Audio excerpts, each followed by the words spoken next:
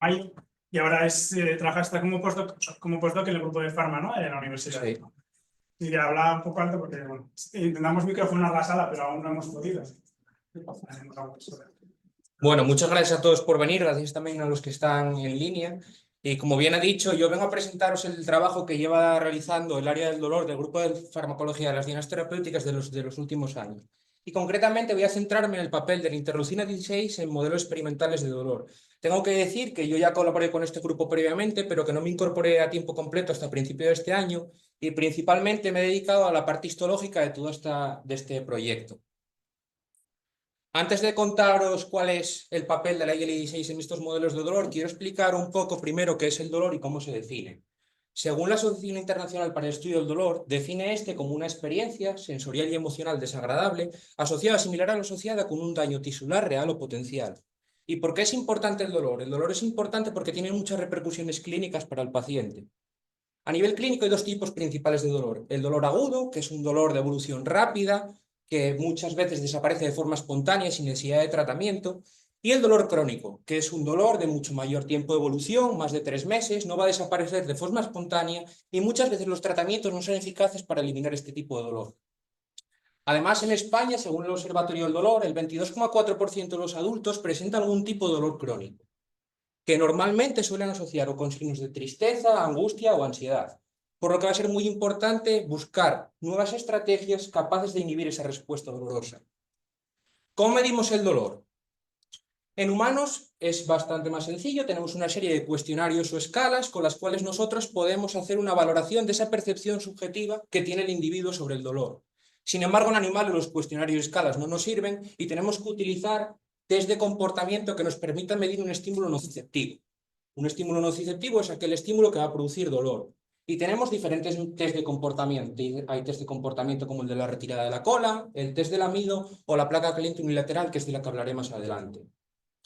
Tras estas medidas tenemos 3 conceptos básicos. El concepto analgesia, que es una ausencia a la respuesta dolorosa. El concepto hiperalgesia, que es todo lo contrario, es una respuesta aumentada al dolor. Y el concepto alodinia, que es una sensación dolorosa ante un estímulo que normalmente no es doloroso. ¿Cómo se transmite y se modula esta información dolorosa? Bueno, ante un estímulo dañino, como puede ser un foco calorífico, hay una serie de neuronas denominadas nociceptores que van a despolarizarse y producir un potencial de acción que va a viajar al asta dorsal de la médula espinal. Y de ahí, por vías ascendentes, va a subir hacia el tálamo y posteriormente diversificarse a diferentes partes de la corteza para que se integre esa información y producir una respuesta.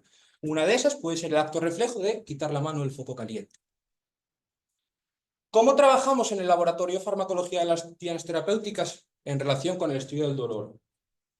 Nosotros tenemos un compuesto que es susceptible de tener efectos farmacológicos en dolor y lo primero que vamos a hacer es inocularlo en animales de experimentación.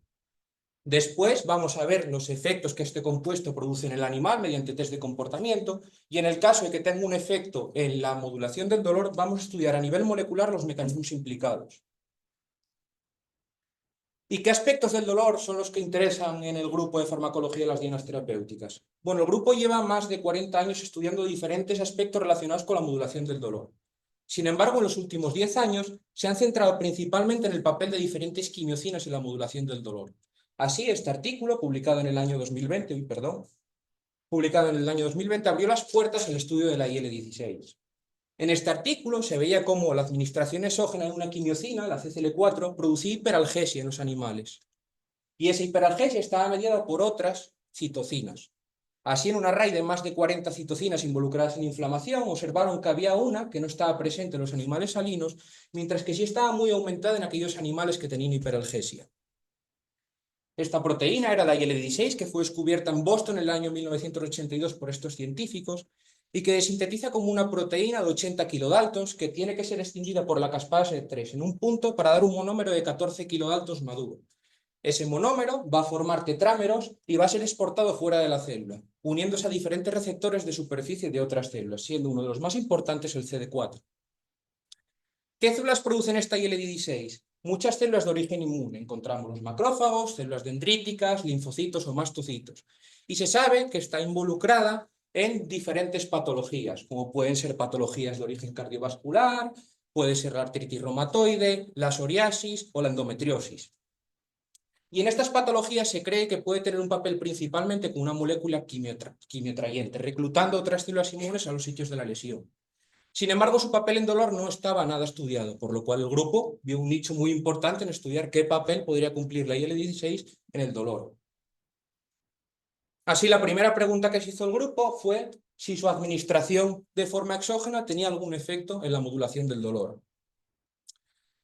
Lo que se hizo fue administrar de forma subcutánea IL-16 a ratones de experimentación y se miraron los efectos nociceptivos en la placa caliente unilateral. Esta es una metodología que se puso a punto en el laboratorio y que consiste en medir los estímulos nociceptivos de un ratón colocando sus patas de forma individualizada en una placa que calienta a 50 grados.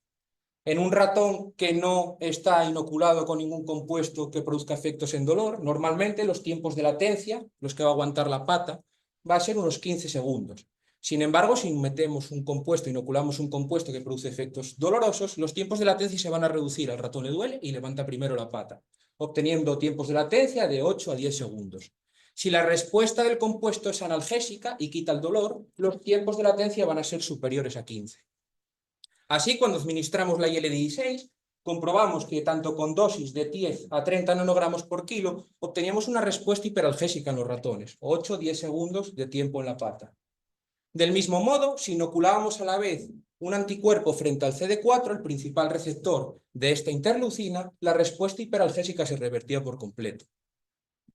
Esto lleva a pensar, puesto que el CD4 es un marcador que está abundantemente expresado en células inmunes, si había un papel de las células inmunes en esta hiperalgesia por IL-16. Para ello se depletaron los animales con ciclofosfamida quitando las células inmunes circulantes y observamos mediante el contagio con CD45 cómo la cantidad de células inmunes en los animales depletados se reducía significativamente. Del mismo modo, se miraron los tiempos de latencia en la placa caliente y comprobamos de nuevo cómo cuando se administraba IL-16, de nuevo teníamos la respuesta hiperalgésica. Mientras que cuando los animales estaban depletados con ciclofosfamida, esta respuesta hiperalgésica se revertía. Esto llevó a pensar, puesto que estaban involucradas las células inmunes, si podía tener algún efecto la IL-16 en modelos, por ejemplo, de dolor inflamatorio. Sabemos que hay dos tipos principales de inflamación. La inflamación aguda, que es una respuesta rápida, normalmente situaciones fisiológicas o patológicas, y que está mediada principalmente por los neutrófilos. Y la inflamación crónica, que es una respuesta lenta, de origen patológico y que está mediada principalmente por linfocitos y fagocitos. En el laboratorio hay diferentes modelos experimentales que permiten simular estas condiciones. Así, si nosotros administramos dos compuestos, como son la carragenina, un polisacárido de origen natural procedente de algas rojas, tras 6 horas de inoculación vamos a obtener una respuesta similar a la inflamación aguda. Mientras que si administramos el adyuvante completo de Fresh, que es una solución oleosa con Mycobacterium tuberculosis inactivado, tras 4 días la respuesta que vamos a observar es más similar a una inflamación crónica. La pregunta que se hizo el grupo fue si los niveles de IL-16 estaban aumentados en este modelo. Comprobamos mediante ELISA en las patas de los ratones, estos compuestos se administraron en la pata del ratón, que en aquellos animales administrados con carragenina, tanto con carragenina como con CFA, los niveles de IL-16 aumentaban significativamente. Mientras que si los animales estaban depletados con ciclofosfamida, o no aumentaba o el aumento era significativamente mucho menor. Esto nos llevó a pensar qué células eran las encargadas en transportar y liberar la IL-16 en esa zona inflamada. Mediante microscopía comprobamos que tras administrar 6 horas la carragenina a los ratones, en el tejido conjuntivo de la pata aparecían principalmente unas células de aspecto polimorfonuclear muy similares con los neutrófilos. Decidimos hacer un doble marcaje entre la IL-16 y un marcador específico de neutrófilos, que es el ELI6G. En rojo se puede ver los neutrófilos, en verde la IL-16 y cómo en la composición de ambos canales solapan, indicando que la mayoría de los neutrófilos portan IL-16 en su interior. En el CFA ocurrió algo parecido. Había también neutrófilos identificados con la flecha amarilla, pero aparecían unas células de núcleo redondeado, hipercromático y pequeño, similares a los linfocitos. De nuevo, cuando hicimos el doble inmunomarcaje con IL-16 y el marcador de neutrófilos, observamos que ambos colocalizaban. De nuevo, los neutrófilos son portadores de IL-16. Y con estas células de aspecto pequeño y núcleo condensado, observamos que también contenían IL-16 en su interior. Esto nos llevó a concluir que en una situación de inflamación, los neutrófilos y los linfocitos son encargados de transportar y liberar IL-16 en la zona inflamada, produciendo una hiperalgesia mediada por la sensibilización del nociceptor producida por las prostaglandinas. Estos resultados fueron publicados el año pasado en este artículo y que abrió la puerta al estudio del papel de IL-16 en otros modelos. Nos planteamos, por tanto, qué ocurría cuando nosotros administrábamos la IL-16, por ejemplo, en un modelo inflamatorio. Así, diseñamos un modelo basado en la infección por Staphylococcus aureus. El Staphylococcus aureus es una bacteria gram positiva que causa muchas patologías en los humanos, patologías tanto en la piel, puede causar artritis séptica, y nos planteamos su inoculación tanto en la pata, que era el modelo que veníamos estudiando, como en la articulación sinovial de la rodilla. Además, Staphylococcus aureus tiene una proteína en su superficie, que es la proteína A, que se sabe que interviene en la secreción de IL-16 en estos procesos, por lo que nos pareció muy interesante estudiarlo. De nuevo medimos en este caso la respuesta de los ratones a la inoculación en la pata y comprobamos que cuando administrábamos Staphylococcus aureus obteníamos una reducción en los tiempos de latencia. Tras 3 horas bajaba en torno a unos 10 segundos y tras 6 horas a unos 8. Y esta respuesta desaparecía a las 24 horas. Comprobamos también cómo, administrando el anticuerpo contra IL-16, revertíamos esa respuesta hiperalgésica que producía el Staphylococcus aureus. Lo que nos llevó a pensar, después comprobamos también si los niveles de IL-16 aumentaban en esa pata inoculada y efectivamente comprobamos que había un aumento muy significativo de la misma. Esto nos llevó a pensar en, igual que en el modelo anterior, qué células eran las encargadas de estar llevando la IL-16. Comprobamos que al igual que había pasado como cuando inoculamos la IL-16 sola, aparecían principalmente neutrófilos en el tejido conjuntivo y en su mayoría fueron IL-16 positivos. En la rodilla pasó otra cosa totalmente diferente. Cuando administramos Staphylococcus aureus, de nuevo volvíamos a ver que se producía esa respuesta hiperalgésica, que revertía cuando administrábamos anticuerpo contra la IL-16 y sus niveles mediante ELISA también eran mucho más significativos.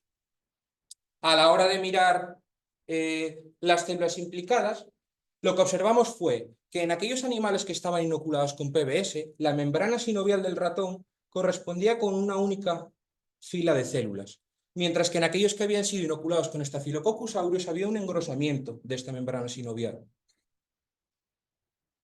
Sabemos por la bibliografía que las células principalmente involucradas en el establecimiento de esta membrana sinovial son los macrófagos o sinobiocitos.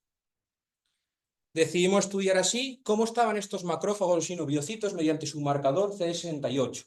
Y observamos que los animales que habían sido inoculados con suero salino, el CD68 solo aparecía identificado en la zona superficial de la membrana sinovial, mientras que cuando se había inoculado Staphylococcus aureus, este llegaba a zonas más profundas del tejido. Del mismo modo, buscamos también qué ocurría con los neutrófilos, que los identificamos mediante el marcaje con mieloperoxidasa. Observamos que los animales inoculados con salino casi no había señal de mieloperoxidasa, mientras que en aquellos que había sido administrado el Staphylococcus aureus el contenido de células mieloperoxidasa positivas era mucho más alto. Observamos mediante marcaje de IL-16 que las células que presentaban IL-16 principalmente en este modelo eran unas células con núcleo excéntrico, similar a los macrófagos, unas células con núcleo elongado y fusiforme, similar a los fibroblastos, mientras que aquellas células con aspecto polimorfonuclear como los neutrófilos aparecían negativas. Esto nos llevó a concluir que la infección por Staphylococcus aureus en la pata iba a producir una respuesta hiperalgésica y de alodinia. También se hicieron ensayos de alodinia mecánica en todos los modelos mediante los filamentos de von Frey. Observamos que la hiperalgesia producida por el Staphylococcus aureus en la pata estaba mediada principalmente por los neutrófilos y su liberación de IL-16, mientras que en la rodilla los mediadores principalmente implicados eran los sinobiocitos y los fibroblastos. Estos resultados fueron publicados recientemente, la semana pasada, un artículo que ya está disponible online y abrió la puerta al estudio de otros modelos, viendo que ya estaba implicado en inflamación y viendo que estaba implicado en un proceso infeccioso, decidimos estudiar qué pasaba en otros modelos de dolor crónico. Y así, recientemente, estamos centrados principalmente en el estudio del dolor neuropático. El dolor neuropático es un tipo de dolor crónico en el cual lo que está principalmente afectado son los nervios. Este tipo de dolor puede aparecer tras un ictus, por ejemplo, tras un traumatismo o, por ejemplo, tras la diabetes. Y uno de los problemas que tiene es que tiene muchísimas resistencias al tratamiento. Los tratamientos es muy refractario a los tratamientos. Así como hay algunos quimioterápicos para el tratamiento del cáncer que pueden producir neuropatías que llevan a la suspensión del tratamiento quimioterápico por el dolor que generan los pacientes. Por lo cual tiene mucho interés estudiar si la IL-16 está involucrada en este proceso. En el laboratorio tenemos dos metodologías puestas a punto para el estudio del dolor neuropático. Una es la constricción crónica del nervio ciático, en el cual nosotros hacemos una neuropatía mediante la ligación con hilo de sutura en el nervio ciático. Y otra es la inoculación o la administración de quimioterápicos que puedan producir daño nervioso. Se conoce el papel de la IL-16 a nivel central en estos modelos. Hay artículos de gente que ha inoculado IL-16 y ha visto sus efectos a nivel espinal. Sin embargo, los efectos a nivel periférico no están para nada estudiados, con lo cual hemos visto que es un nicho muy interesante donde se puede pasar al estudio de la IL-16. Y para que os llevéis a casa un breve resumen de lo que hemos visto en los últimos años, es que la IL-16 juega un papel como mediador pronociceptivo, generando dolor en modelos inflamatorios, que este dolor mediado por IL-16 implica a tanto células CD4 positivas como neutrófilos que van a generar en última instancia la liberación de prostaglandinas, uno de los principales mediadores inflamatorios, que va a ser el que sensibilice esos nociceptores. Y que el bloqueo de la IL-16 con anticuerpos específicos o de su propio receptor, el CD4, disminuye la hipersensibilidad al dolor, por lo que puede ser una posible diana terapéutica para el tratamiento de este. Y nada, muchas gracias, presentaros al grupo. Somos el grupo de farmacología del dolor, estamos en la 5ª planta de la Facultad de Medicina. Estamos divididos en 2 áreas, está Manuel Sánchez, que se encarga principalmente del estudio de las poliaminas, y Ana, Luis, Sara se encargan más, están más en el grupo del dolor. También tenemos a María, que es también contratada postdoctoral del IOPA, y Alba, que está haciendo la tesis. Y como no, agradecer a los colaboradores, Ángel Manteca, del grupo de biotecnología de nutracéuticos, que fue el encargado de proporcionar los estafilococos, y al doctor Cristian Mamón, del grupo de inmunología tumoral, que nos ayudó con la citometría de flujo, y como no, a mi casa, que me dejó el microscopio para hacer los experimentos de las inmunos. Muchas gracias.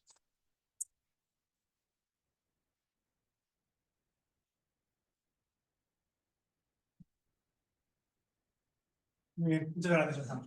Tiempo de preguntas. Animaros a hacer una pregunta. Sí. Hola. Gracias. Si os planteáis usar IL-16 como una diana terapéutica, ¿cómo abordaríais esa por parte de bloquearse? Porque entiendo cumplir otras funciones. Sí, es muy interesante esa pregunta a nivel clínico. Ya sabe, el tratamiento con anticuerpos monoclonales, por ejemplo, en cáncer, está muy indicado cuando tú tienes alguna mutación específica.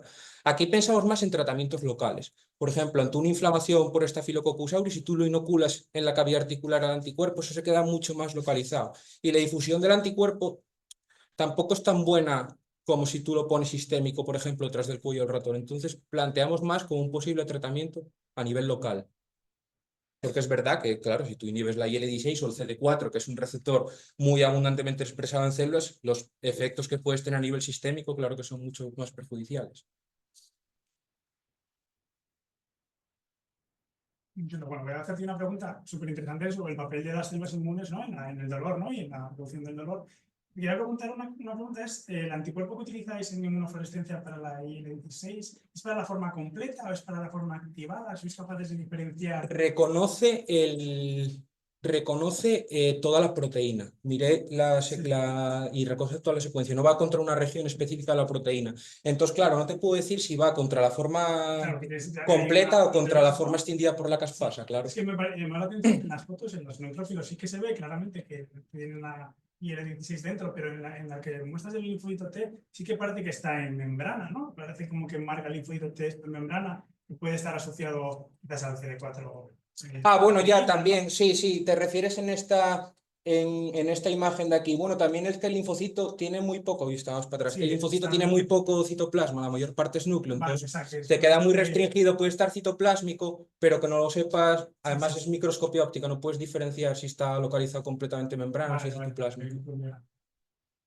Y preguntaba, muy interesante, bueno, deprecionabais los CD45 en un inmuno potente. Nosotros que trabajamos mucho con ratones inmunodeficientes, ¿hacéis alguna prueba de este tipo al dolor en ratones inmunodeficientes? No Pues es tengo, interesante. claro, Nosotros no tengo trabajamos mucho con conocimiento de ellos. si se han hecho en animales inmunodeprimidos. Sé que sí, que el efecto con la ciclofosfamida el depletan y Sí, sí vemos esa reversión de la hiperalgesia, pero no conozco que hayamos hecho. claro, nosotros trabajamos con inmunodeficientes que hay algunos que son más completos, otros son completos.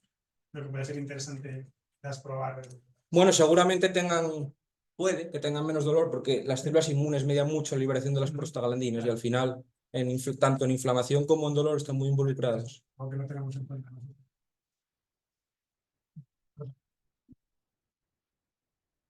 Tengo dos curiosidades. Una, ¿cómo explicas que de repente los neutrófilos no producen la IL-16 en el segundo modelo? ¿Por qué no tienes IL-16 después de los neutrófilos en el segundo modelo? Escuchamos, Rosa, que está así. Porque, claro, porque sí, dice que por...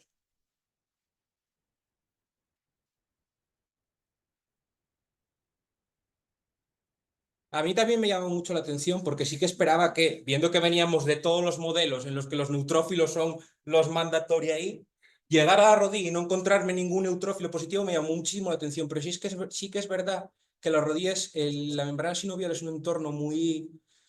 a nivel celular es muy diferente, no se puede considerar como un epitelio per se porque no tiene membrana basal, entonces, y además las células que juegan ahí principalmente un papel son los sinoviocitos, que ya por sí tienen capacidad fagocítica, con lo cual igual es un tejido que es capaz de defenderse el solo sin necesidad de que venga el neutrófilo ahí a llamar a la puerta y ayudar.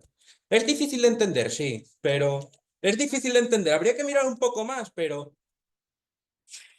Y luego otra cosa que también me llama la atención, cuando haces los experimentos de 16, ¿has visto en la histología alguna modificación de las terminaciones nerviosas? ¿Has visto algo que te induce a pensar que tiene una diana en el tejido nervioso? ¿O simplemente es una cuestión? Nos preguntó el referee que qué ocurría en las terminaciones nerviosas, por ejemplo, en la planta del ratón. Pero el nervio me está dando bastantes complicaciones a la hora de hacer inmunos. Está siendo bastante difícil ver cosas en nervio. Estoy trabajando también con esto neuropático, estamos trabajando en ganglios de la raíz dorsal, que es donde están los somas de esas neuronas, estamos trabajando en el propio nervio ciático, pero las inmunos no me funcionan muy bien ahí. Sí, claro, buena, interesante. Lo pensaba.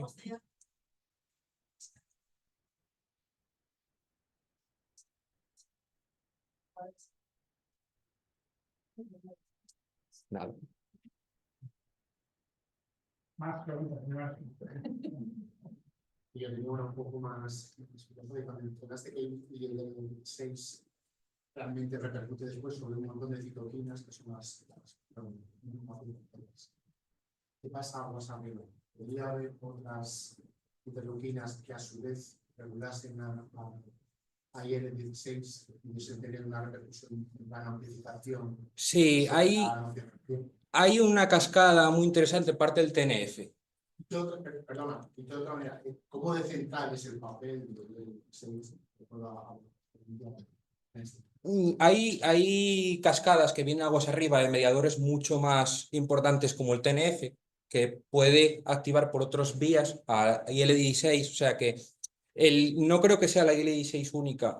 Yo creo que la vía viene desde otros sitios que van a ser los que al final acaben aumentando la IL-16. Pero sí el TNF está involucrado, tenemos temas con la caspasa también en la mediación de IL-16.